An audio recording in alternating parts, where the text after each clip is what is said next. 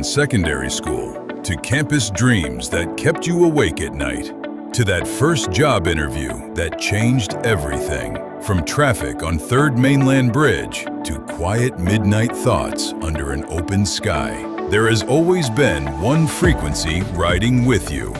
Rhythm 93.7 FM didn't just play music, we scored your moments. When you celebrated, we turned it up. When you stumbled, we lifted your spirit. When the nation held its breath, we stayed present, informing, connecting, caring. Across Lagos, Port Harcourt, Benin, Abuja, and every heartbeat in between. One rhythm, one sound, one family. And now, because we like to move on, but this thing was not whole though. After all the mouths we have made, Nigerians better show the world that they are really the giants of Africa by cancelling the show. If they fail to do, then they are weak midgets, loud ASS dwarfs. But do you know that? Are you done? Yeah. Okay, so I'm thinking, just listening to this comment again, because we had this conversation on TV, I'm thinking from another angle. Now, what if this is a setup? How? Setup for Good. who? For Nigerians. Now, the whole propaganda about the whole, it's not even a propaganda, it is xenophobia in full blown, right? And if they send Tyler here for a concert, it doesn't hold. Touts take over. Dogs say it must not happen. Maybe burn some things and break some things. She come out and claim 1 or 2 injuries, you know. That's like, this is war. Yeah.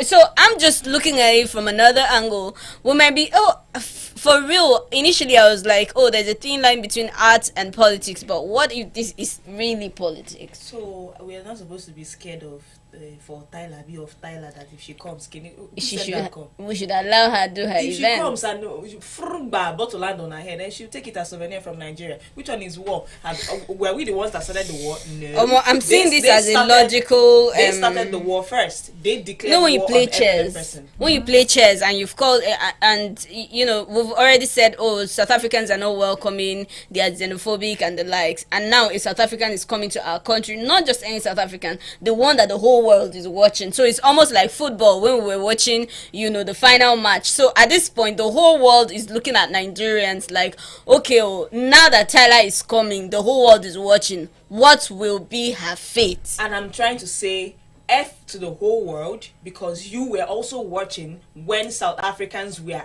buying Nigerians and other Africans. My sister, this is a serious one. The whole world, in quotes, does nothing to what South Africans are doing to other countries, please, the whole world should better than not do nothing if she comes here and they attack her. I'm not saying that people should resort to violence, but when you first of all throw stones, hello. So my concern is not even at Tyler now. I'm concerned about the promoters who are allowing this event to happen. Can you imagine that? I hope that Tyler will be safe on a personal note, because if she has any leak of sense, she wouldn't even come. The thing is, Tyler as a brand is beyond her as a person. Tyler as a brand has her manager, who probably is not South African, has maybe many managers, has a whole community behind her. So as a brand, she's not as a person. So coming as a brand is what bothers me the most, because you have group of intellectuals, group of intelligent people that have chosen that Nigeria is the best place at this time for Tyler to come and do her event. So my problem is with all those people. My problem is with the promoters that have booked her for this concert.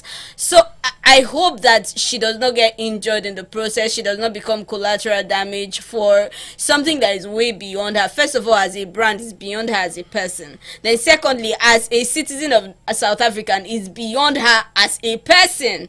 So I hope that Tyler is safe, but I really do hope that the promoters and every other community behind Tyler have sense enough to keep her safe, because the whole world is watching. Yes, people are angry. Nigerians are not having it. People literally die. Anyway, so are you saying that it is not fair to hold an artist like Tyler accountable for her country's social problem? Is that really what you're saying? Because music can obviously not build the bridge that politics, like, we know, I said this thing on TV, where's the line? Where should the line be drawn between politics and art? You know that South right? Africans, they still went for the football match, the World Cup. No, made them no go before. No. Sis, wait now. You asked me a very vital question, right? And South Africans went for the World Cup. In as much as they did not win, everybody still watched them from different part of the world, right? World Cup no say because say that they keep people for their side, make them no join the match. And Nigerians no say because xenophobia is happening, we're not going to watch any of South Africans match. We all did, right? And we all did because we're praying for their downfall. It's not like we're happy to see them. Yeah, but somehow you still watched it, because right? we were praying for their downfall. Because not even at the bone of contention. We did not watch it. We did not watch it for the sake of unity or for the sake of love or oneness. We watched because we wanted to tell them to go back home. A lot of Nigerians and other Africans were jubilating over the victory of Mexico. Not even South Africa. I get you, but did you watch or you did not? One truth remains that you watched it. Another truth is the fact that they went for the World Cup. So they did not attach the whole menace at home to selecting South Africa to be on the World Cup. And now the same thing is applying here in art. But I'm still saying that if it's been hijacked, if this concert is hijacked, right, it will not be hijacked by politicians alone, by thugs alone. It will be hijacked by politicians too. And it will now be a country-to-country problem. Meanwhile, I will reiterate, Tyler as a person is different from Tyler as a brand. So my problem is not with the girl, Tyler.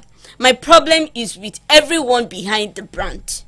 Because they could literally sit down. My problem is still with the label, who is in charge of her, the management who is in charge of her, and the promoters who have decided to book this event here in Nigeria. And be shocked that most of the promoters are Nigerians. So what are we not talking about? Tyler as a person is a figurehead in this case, and they're using her as collateral damage, as just a figurehead, because she has a brand that can make a very loud noise, and people will shout, oh, Tyler don't come to our country. Besides, it's not Tyler that is coming to your country, it is the management that is coming to your country. So boycotting Tyler's concert is not going to advance the conversation on xenophobia, but it's going to deepen resentment amongst Nigerians and South Africans. Is that what you're saying? Because let me understand your question. Very, very no. Like with everything that you said, I'm like, okay, people are pushing for boycotting. So is it like going to advance the conversation of xenophobia? Like it's going to yes, it will beyond our control. Okay, it will advance it beyond our control, in the sense that now we feel like it's a one-way street, right? Boycott her. If she comes, may that concert no hold. Now by the time the conversation goes beyond that, it's now beyond our control. First of all, the whole world is looking, everyone has it on their lips. Second of all, the people you say they are killing South Africans, you guys are doing worse, you know, because I mean, trust it, Nigerian thugs, we know how they can behave. If one politician or anybody who feels like, okay, let's carry this matter on our head, pay some weary to go and scatter. It's not agro container case again, that will be taken. People start it. We happen. You will literally see that maybe some Nigerians too will die in the process. So at this point, is violence really what we need, or allow girl do her concert and speak to the nation, speak to the president directly? Me, I'm just asking an innocent question. Is violence really what we need at this point? Because there is no way you want to end that concert without violence. Okay, so Vera, let me put this to you. When you said something on air, if music, arts, and politics should be played together. I remember a time when Nicki Minaj was billed to perform, is it Saudi Arabia or Dubai, so one of those places. Now we all know what her music is all about, nudity, shaking ass and all of that. But then this is a country that stands against the same thing, a country that will put its women under lock and key, and yet go and invite a woman from a different country to come and shake ass for them and all of that. So when the outcry came on social media, what did Nicki Minaj do? The very honorable thing to do in order to stand with the freedom of rights of women in that country. She cancelled that concert, and that is what every honorable person should do, as long as you have such a platform that big. So Tyler coming here to perform and forming ignorant, her team or manager, whatever, that girl has never for one day came out to say, oh, my people, stop killing, letting it not be that she was making a mockery of us or whatever. She never did that. She kept mute. Now that girl has never for one day used her platform in any way, singing or all of that. They say that in the face of oppression, silence means agreement. So in the case of this xenophobic attack, she's silent, so it means she agrees with her people and whatever it is they are meting out to other countries. No, this is so strong. Now she coming to perform in Nigeria, the same main Nigeria that this whole issue started from the beginning. It's Nigeria that was the target before they added other countries to it. You don't want to come and perform for. So when you say silence, see, there's some maybe because I'm in the music space and I understand music business. So when you say silent means agreement, it's very disturbing, because we have a lot of celebrities here at home that have not come out to speak about insecurity. Does that mean they accept insecurity as celebrities and as people? And when we say that she has not spoken anything, I just said something very fundamental. Tyla as a person is different from Tyla as a brand. Will her brand and her management permit her to speak on things like this? That's another question. Then her brand should stop her to perform in African countries. Exactly. So now that's the people you should blame, not the innocent. I won't say innocent girl, but not the girl. Tyla is just a girl, and then Tyla as a brand is bigger than her as just a girl. I need people to understand that. If not, we'll be targeting someone whom we should not target. There is a whole community behind the name and the brand Tyla. Let us wake up to that. So and they are intelligent people. Nigerians, our frustration over this whole xenophobic attack is understandable. But then again, I think I understand what you're saying, but many people do not understand it. We are majorly ruled by emotions at this point, because now we're talking about something that is as sensitive as xenophobia, something that has persisted for the longest time. So we don't know where to direct our frustrations, right? So it's more like Tyla coming is adding fuel to the fire, right? So it's I'm of the opinion that she should read the room. Nobody is saying that she should cancel her concert. I think with the understanding you have now, it should not be she should read the room. It should be her management should read the room. Whoever it is that is managing my safety is at most concern. But her contract does not allow her to say certain things. Remember that, and that's why I am not against what you're saying, Chidera, but I need us, since we have this awareness, to address it to the promoters, her management, and her label. Now is like a time as good as any for her to like just halt the plans she has or run away and abscond. It should just be. It can come up when this whole issue turns to dust under the carpet, right? But for now, a lot of people are choking on that dust. A lot of people are even dying from that. A lot of people have lost their lives. People are angry. Right? Yeah. Just yesterday, I watched a video of a young Yoruba man who was abused. He was assaulted. He was battered by South Africans, and he lost his life in the process. So what exactly are we talking about? She cannot say, we're not saying that she should lend her voice. We don't need her to lend her voice. She's not the South African government. She's not the one in the she's not an ambassador to South Africa to Nigeria or South Africa to Nigeria. We have people in the foreign affairs. We have people who are representatives of Nigeria on the global stage. But then again, I am saying that this concert can come at a better time, not now. Somebody clock it now. So because all this that is happening with Tyla and the rest, there's a song from Ira that just started ringing in my head. It's called Orun. It didn't make like the headlines of music, but then it's one song that carries a lot of message. Let's listen to it and we'll be right back. Beyond borders, streaming across continents, connecting Nigerians in the diaspora and global listeners searching for the sound of home. We didn't just grow, we grew with you. Through weddings and wins, through heartbreaks and hustle, through late nights, early mornings, and everything in between. Because it was never just radio. It's lifestyle, it's culture, it's connection. More music, less noise, more feeling, more life. This isn't just a station. This is your rhythm. RhythmFM, growing with you everywhere.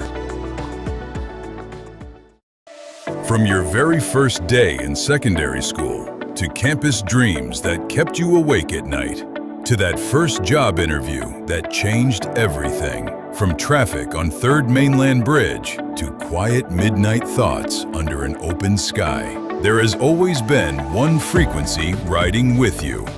Rhythm 93.7 FM didn't just play music, we scored your moments. When you celebrated, we turned it up. When you stumbled, we lifted your spirit. When the nation held its breath, we stayed present, informing, connecting, caring. Across Lagos, Port Harcourt, Benin, Abuja, and every heartbeat in between. One rhythm, one sound, one family. And now, beyond borders, streaming across continents, connecting Nigerians in the diaspora and global listeners searching for the sound of home. We didn't just grow, we grew with you. Through weddings and wins, through heartbreaks and hustle, through late nights, early mornings, and everything in between. Because it was never just radio. It's lifestyle, it's culture, it's connection. More music, less noise, more feeling, more life. This isn't just a station. This is your rhythm. Rhythm FM, growing with you everywhere.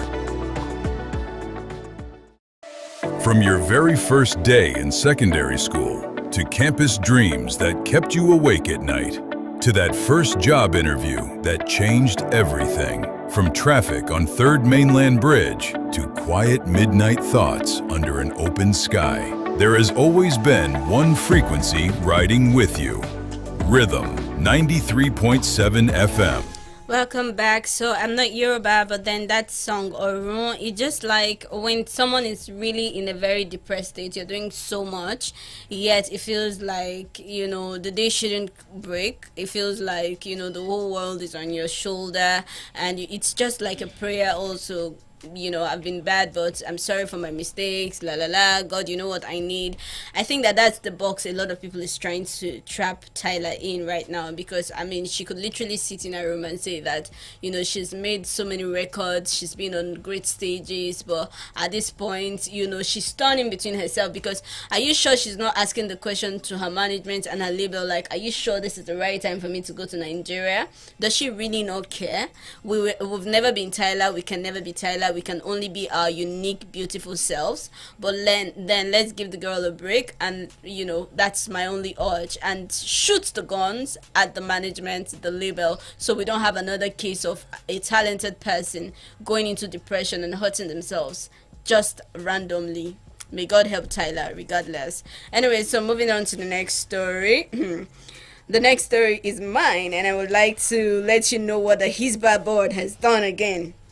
So the Sokoto State Hisba Board has announced an immediate ban on several wedding and social gathering practices, saying they are contrary to Islamic teachings and moral values. The ban affects marriage introduction ceremonies known as Nagani Inso, the use of DJs and Wazigidi music at weddings, mixed gender entertainment, and other practices that the board considers inappropriate. Hisba says the measures are aimed to preserving the state's religious and cultural values. I'm going to take 2 comments. This one is Baby D on Instagram, and it says, I'd rather be a hostage in North Korea than live in Nigeria. Then the next person, Hyphy_2, says, at this point, they need to put a gate at the regional zones. Let's know the law guiding us as a nation and as a region. See, for every time I take that last comment, I just take a pause. Because as stupid as you think the comment is, it's so serious. The Hisba board, they are the same people who went from hotel to hotel, room to room, to go and beat up adults that they are committing sin. Yes, so... And now they have brought out this law that women cannot sit in front of keke beside the driver. They have brought out a law that you cannot have parties where men and women are seen together or mixed together. They have brought out this law that says that DJs are no longer allowed to play at weddings and ceremonies. They have brought out this law that says that speakers are now banned from even keke. You cannot play loud music. They have brought out the law that, you know, you cannot spend expensive things on your wedding. So definitely, maybe they'll bring out another law that says that this is the wedding budget of 50,000 naira. If your wedding cannot go under 50,000 naira, no marry. Or maybe that's why the government is coming out to sponsor weddings. But the government is spending up to 250,000. So are they not hypocrite at this point? Why are they even spending money at all? Why not dash them the wife now, since Vera, every time I heard this story, the one that amuses me the most is the one they go to hotel and are flogging lodgers. Because what do you mean? So me now that I am not even a Muslim, or maybe you are a visitor and you just visited. I said let me lodge inside hotel and get my day started the following day. You just open the door to my hotel room, so start flogging me. Maybe I came with serious flogging. I swear, serious flogging. Now the problem with this rule is not they're putting rules in place for Islam or whatever. It is the children is going to give birth to in the future. We are gradually approaching what other Islamic countries are facing in Europe and the rest of them. One time they said women shouldn't wear colors. All the women in Iran, Iraq and the rest of them, they're wearing black. They said women should cover their faces. They are covering their faces. They said no. How can they be seen with both? No, they said cover the eyes. They cover the eyes. They're wearing nets over the eyes. Next, they said no. How can they be seen with two eyes? They should cover one eye and be seen the world through one eye. Women are not allowed to sit by the window or the door to look outside to see the world. Women are literally furniture, properties, and animals that could be owned by men. Now we are gradually approaching that stage. This that's why they start small from clap they take enter dance. Before you know it, because all these laws, if you look at it deeply, it's all about women, how to encroach on women's rights and this and that. What do you mean a woman will not sit in front of the keke with a male driver? I saw one time online, a woman started a transport line, a keke transport line. She painted it pink for women only, for women drivers and women passengers. Well, how many can it actually take? Now, brings us back to the question for a line of business that has mostly male operators. You now say, oh, women shouldn't do this, stay together in a public vehicle with a man. So women should turn to witches and teleport themselves to wherever it is they want to go, because we are trying to uphold whatever morals. I don't know where it's coming from.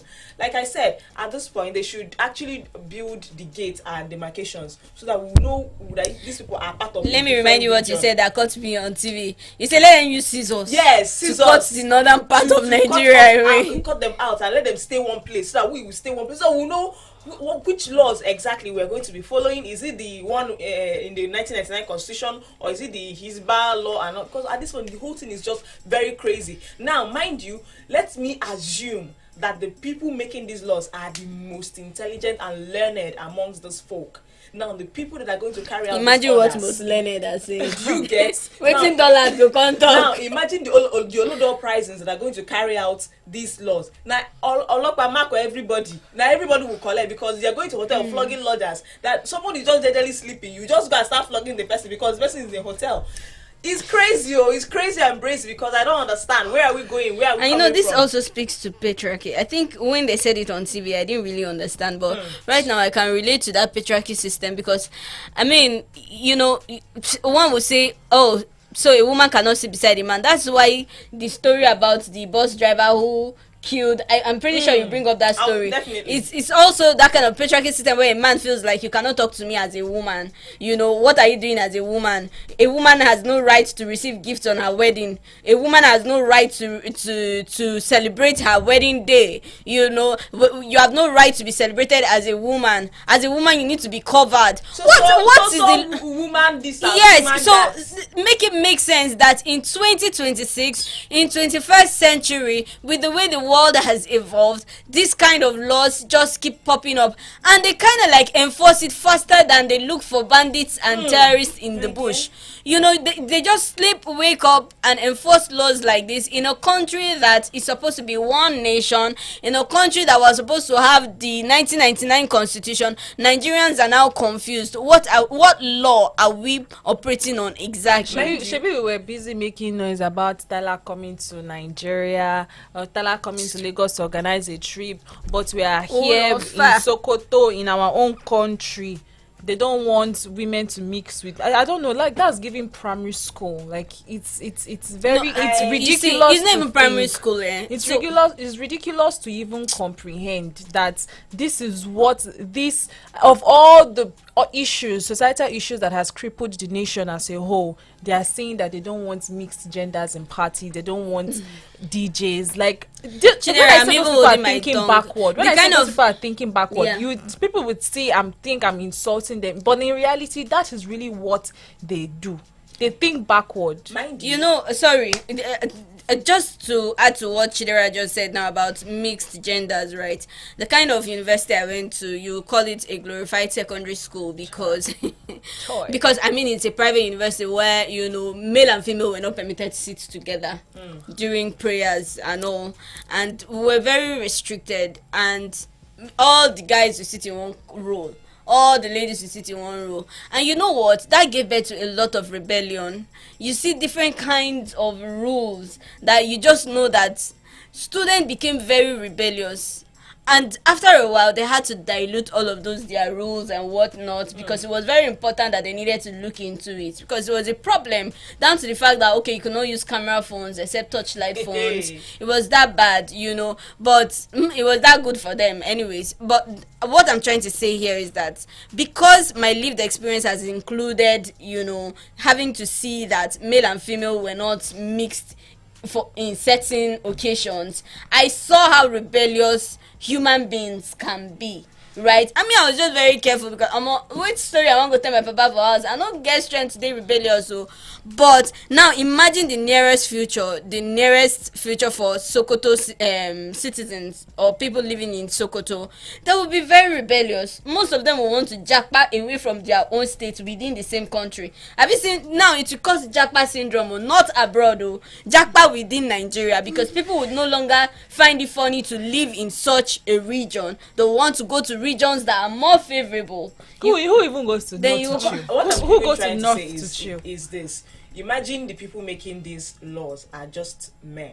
There is no woman in the midst of this table where they made all these laws. They've suffocated all the women. But these laws were made for women. We don't know about that though. We don't know about who and who is in the Hisbah board. The Hisbah board is made up of men and men alone. Check it.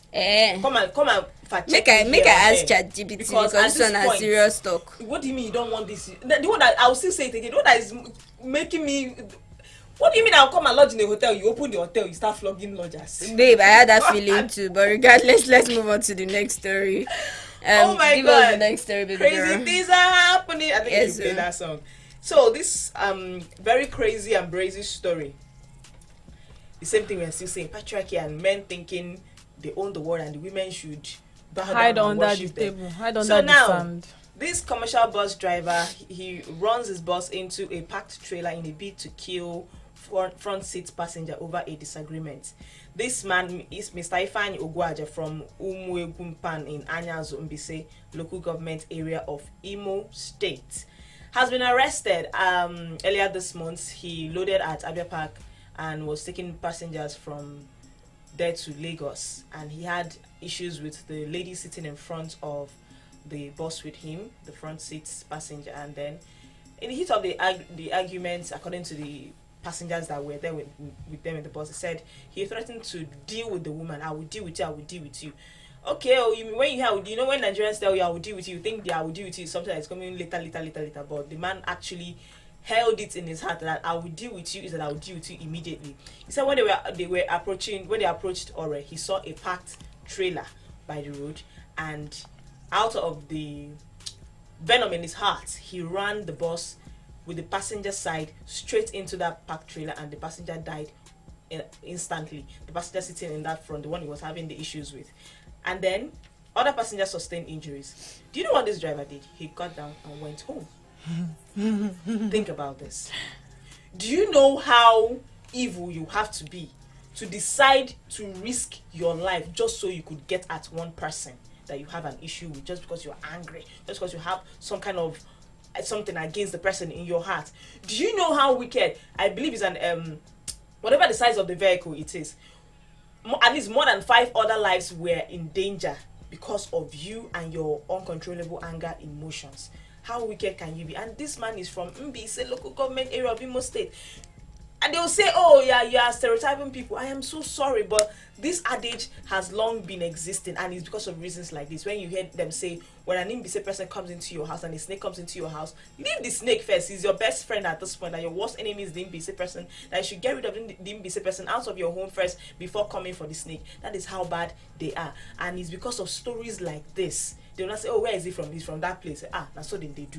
Please tell me what, because do you know that by any little stroke of chance, the entire face of the bus could actually have been hit into that trailer, and the driver would have lost his life too. He didn't think of that. He just had it in his mind that I want to kill this woman sitting right here. And then that goes the question of when you see some drivers, they will say, oh, I don't sit with women in front of the bus. You should go to the back, a man should come to the front. And the men that always feel like, oh, as a woman you cannot talk to me, because I'm sure in the midst of this argument that this was part of what was have angered this man so much that he decided to take this woman's life. But I'm glad he's been arrested, and I hope justice prevails in this case. Killing me softly with this. This one a harsh killing, no. This one not be. As in, this one wasn't any This one soft not be soft killing, no. So me, I would just say that I hope that justice is served. Need justice. Do we have justice? Because this is first degree murder here. You open your two naked koro eyes, say because say you get disagreement, make every other person die. Go. Do you get? And the worst part is this man came there without a scratch. You know, there's this conspiracy theory that some drivers have jazz, that once there's an accident they will not have any scratch or whatever. I don't know how true that is, but what gave this man the mind and confidence that he will kill everybody but he will not die? That's what I don't understand in this entire story. But at the end of the day, somebody died, especially the person he wanted to literally kill died. Victim died. So why is this still a story of, oh, see what happened, instead of see what has happened to the man? We intend to see that for the first time in a long time in Nigeria, justice is being served. 100%. Period. That's all I have to say concerning this story. You were asking where the justice system is. Like, that term doesn't even exist in this part of the world. It's supposed to. I mean, a lot of people will say, oh, they have seen the justice speak for them. But, like, how many of these people, how many of the entire population, Nigerian population, can say that, oh, justice was duly served to them? Like, how many of them? This is what happens where lawlessness exists. This is what happens where lawlessness takes precedence as a result of a non-existent justice system. This is what happens where you see that a man raped a child. This is what happens when you hear or you see that a man is beating up his spouse. This is what happens when you see or hear that a policeman gunned down an ordinary civilian in broad daylight and nothing happened. This is what you see when you hear that, oh, this person is a pickpocket. Nothing. Like, how many of these things get actual, attention from the justice system? How many of these get how many of these get enforced? I beg. I just said crazy things are happening, and that's the reason why we're going on a short break right now, because you can always relate music to our mood, emotions, and even conversations around the world. I mean, indeed, crazy things are happening. Let's go on a quick break. We'll be right back. Didn't just play music, we scored your moments. When you celebrated, we turned it up. When you stumbled, we lifted your spirit. When the nation held its breath, we stayed present, informing, connecting, caring. Across Lagos, Port Harcourt, Benin, Abuja, and every heartbeat in between. One rhythm, one sound, one family. And now, beyond borders, streaming across continents, connecting Nigerians in the diaspora and global listeners searching for the sound of home. We didn't just grow, we grew with you. Through weddings and wins, through heartbreaks and hustle, through late nights, early mornings, and everything in between. Because it was never just radio. It's lifestyle, it's culture, it's connection. More music, less noise, more feeling, more life. This isn't just a station. This is your rhythm. Rhythm FM, growing with you everywhere. From your very first day in secondary school, to campus dreams that kept you awake at night, to that first job interview that changed everything. From traffic on 3rd Mainland Bridge to quiet midnight thoughts under an open sky, there has always been one frequency riding with you. Rhythm 93.7 FM didn't just play music, we scored your moments. When you celebrated, we turned it up. When you stumbled, we lifted your spirit. When the nation held its breath, we stayed present, informing, connecting, caring. Across Lagos, Port Harcourt, Benin, Abuja, and every heartbeat in between. One rhythm, one sound, one family. And now, beyond borders, streaming across continents, connecting Nigerians in the diaspora and global listeners searching for the sound of home. We didn't just grow, we grew with you. Through weddings and wins, through heartbreaks and hustle, through late nights, early mornings, and everything in between. Because it was never just radio. It's lifestyle, it's culture, it's connection. More music, less noise, more feeling, more life. This isn't just a station. This is your rhythm. Rhythm FM, growing with you everywhere. From your very first day in secondary school, to campus dreams that kept you awake at night, to that first job interview that changed everything. From traffic.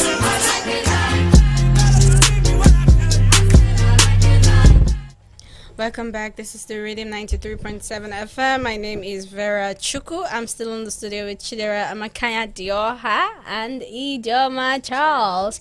We all look smashing, dashing, beautiful this morning. Yes. And this show is called What's Hot. And so we look hot as well. It's called What's Hot because we talk about everything trending on social media. And this is Nigeria's first social media show on your radio. Chidera, what other gist do you have for us this morning? All right, so this one is a Nigerian sentenced in the US over a sextortion scheme. Sextortion scheme linked to teenagers' death. Now, what is the story about? This is what the story is about. Afiz Olatunji Adewale, a Nigerian national extradited to the United States, was sentenced to 60 months imprisonment for his role in a money laundering and wire fraud conspiracy connected to a sextortion scheme. Now, prosecutors are saying that the scheme targeted a young man in Pennsylvania who was allegedly blackmailed after sharing intimate images and later died by suicide. Authorities said Adewale helped move money obtained through the criminal operation. And now it's just very important to note and understand that while this man was linked to the conspiracy, he was sentenced for his role in the money laundering and fraud scheme, not for directly causing the victim's death. Take note that this is not just another Yahoo story, but this is how we have seen cybercrime grow from what it was to what it is now. It has we've moved from email scams, romance scams, identity theft to crimes involving sexual exploitation, organized international networks, and psychological abuse. Now let me take some comments here. This one is from Bulus Paul. Just 5 years and in the US. What's the point of the extradition if he will not face many years behind bar? Nigerian prison could have served Nigerian prison would have given him a pat on the wrist and let him go. Akwa Ibom Watch on X says, how can Nigeria and international partners better collaborate to tackle cross-border cybercrime and online extortion networks? What more should be done to deter such crime? This one is asking jam question. If you ask me, who should we ask like this? All right, one more. Why 60 months? What happened to 5 years? 5 years is not 60 months. He's young and 5 years is nothing. Question is, will this suffice as a deterrent? Your guess is as good as mine. One funny one I'm seeing here. When released, he will return home, join APC and contest. Nigerians, we must kill APC. Okay. All right. This one is not relevant, honestly. But anyways, back to what the conversation is about, right? Nigerians have spent a whole lot of years battling the stereotype of, internet fraud. When you think internet fraud, you think India, you think Nigeria, right? You think, oh, okay, I'm not even surprised. It's not far-fetched. The apple doesn't fall far from the tree. Internet fraud is associated with Nigeria, and if it's not a Nigerian, you're an Indian. So it just reinforces the stigma for millions of honest Nigerians. Like I said before, whenever you hear, I don't even understand how you would leave your hometown, go somewhere, and be reckoned as a force to not be contended with. It doesn't make sense to me in any way, shape, or form.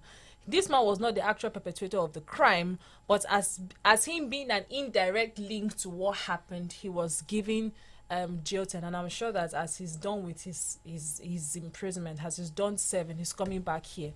Exactly, what is the means of all of this then? What exactly is the means of all of this? We hear pedophile, we see that it's a Nigerian involved. We hear internet fraud, we see that it's a Nigerian involved. We hear scam, Nigerian involved. We hear romance scam, identity, every single thing. It's not like other countries are not doing the most and the worst, it's just that we make noise a lot. We are dominant in everything we do. So it's always speak. Chidera, wait till I can talk now. But the thing is, if we had a functional system, people will not have to find themselves in situations that are stupid. And then at this point, there are certain things there's a limit to how we can blame the country. We have to just call a spade. For things like this, the individual is bad, the individual is terrible. Death of someone in Pennsylvania, and they're giving him 60 months. 60 months. That's too small, because there's a murder case here, and oh my God, it could have been anybody. First of all, let me put it that way. Once you are a terrible individual, you're terrible. But this just happened to be a Nigerian. But when you look at it, the heart of man is desperately wicked. This man was involved in sextortion and killings. So this is really disturbing, problematic, and I don't think that he got what he deserved. Honestly, 60 months is just so small. What is 60 months compared to the kind of crime and trauma he has inflicted on people? I know if I talk, they will say, this girl, you're so brutal. But I have this, how do I put it, this theory of life. If you chook me pin, it will pay me. You see, girl, man, chook me that pin. My dear, if I see gun, I'm sorry. That's all I can say, I'm sorry. So it seems like following the rule of law, waiting for the law to do this, is just so tiring, because you're watching people going round, rigmaroling around what is an obvious evidence that, okay, this person did this, and the next thing you say, oh, after checking according to the law, you're giving 60 months. I don't get. Is it for him to pay for his crime and be released back into the society to come and do you understand? Another animal being released. Crime, because definitely if he comes out, he's going to commit another crime. It's always a track record. So why is that person not being hanged? Why is that person not being incarcerated for life? Honestly, these are the right questions. Why didn't they just say, oh, one day we woke up, he disappeared, he vanished, and then maybe inside one forest, you're not seeing one shallow grave? Why didn't anything but 60 months in jail? Because it doesn't do anything at all. So please, what's the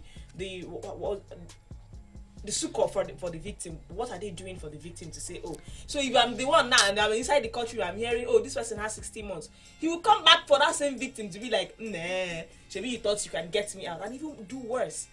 Hey, God. My dear, punishments are not so enough for evildoers. Honestly, see, my father used to make an adage, may he so rest in peace, that don't allow your enemy kill you, go repent.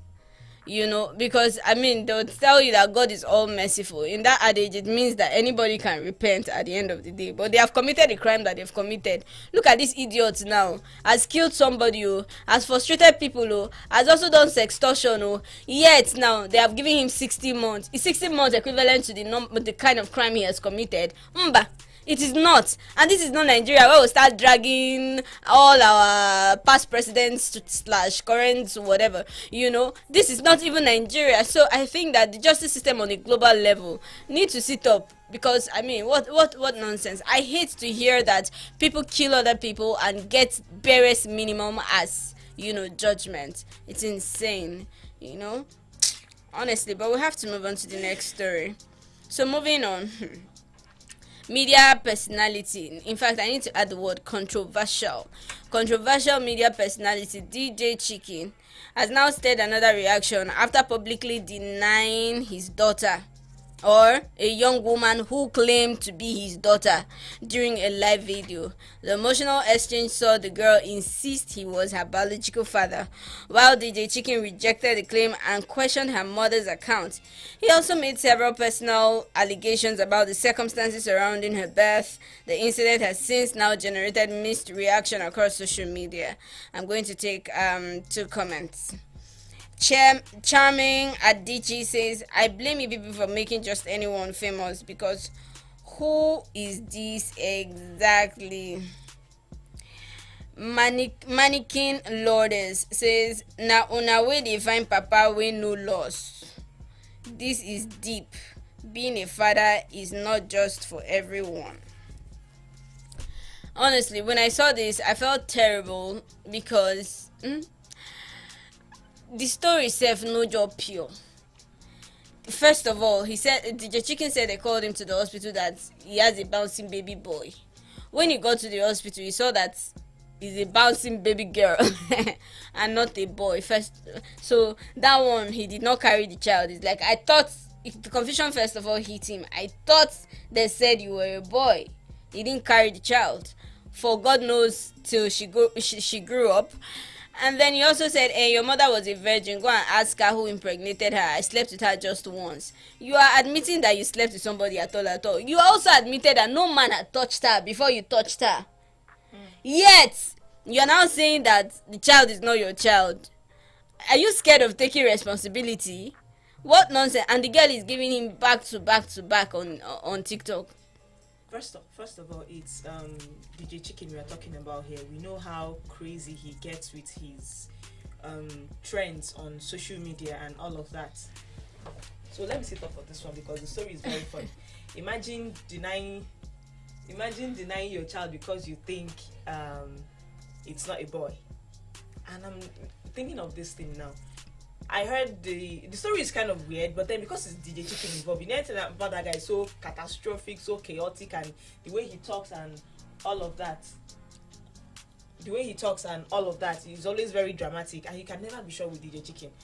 Now, this child saying, oh, they look alike and all of that, what is stopping them from actually going to take a DNA test? Thank you. Put this whole issue to rest. Bam. Why are they dragging the whole thing? Unless they're doing content. Bam. But DJ Chicken Agbayoshi, you are dragging with small pikin online. That man is so shameless and very anyhowish.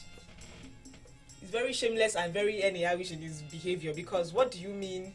Yeah, you're not my child, you're my child. You can ask your mother where I admit I slept with the mother somehow, somewhere, and the mother was a virgin when I slept with her, but it cannot be that one time I touched her that belly enter. Like, what kind of long talk do you understand? Okay, at your age, there are more important things you should be doing, we should be talking about. If this child actually comes out to say, oh, this and that, you're not Cubana chief priest, and she's not so far away in Kenya. Go and do DNA test. My sister. Let us rest, DJ Chicken. Give us. With the amount of information, you don't even have to go to school to understand that. To know who your child is via DNA. You even can do DNA test for a child still inside the womb. So what are you saying? Chidera, anything to say? Chidera weak. So anyways, this is where we have to draw the curtain for today's show. I hope you had a wonderful time chilling out with us. Do not forget, this is What's Hot, and your first social media show on radio. We also have the television version where you can watch us every weekday by 9 a.m. Of course, we have to say goodbye. My name is Vera Chuku, your baby girl for life once again. Have a wonderful day if you can. And my name is Chidera. See you guys next time. And this is still Ijoma Child. Stay cool, stay buzzing. This is Sleek. Don't just stay buzzing, stay sleek by Victoria. There has always been one frequency riding with you. Rhythm 93.7 FM didn't just play music. We scored your moments. When you celebrated, we turned it up. When you stumbled, we lifted your spirit. When the nation held its breath, we stayed present, informing, connecting, caring. Across Lagos, Port Harcourt, Benin, Abuja, and every heartbeat in between. One rhythm, one sound, one family. And now, beyond borders, streaming across continents, connecting Nigerians in the diaspora and global listeners searching for the sound of home. We didn't just grow, we grew with you. Through weddings and wins, through heartbreaks and hustle, through late nights, early mornings, and everything in between. Because it was never just radio. It's lifestyle, it's culture, it's connection. More music, less noise, more feeling, more life. This isn't just a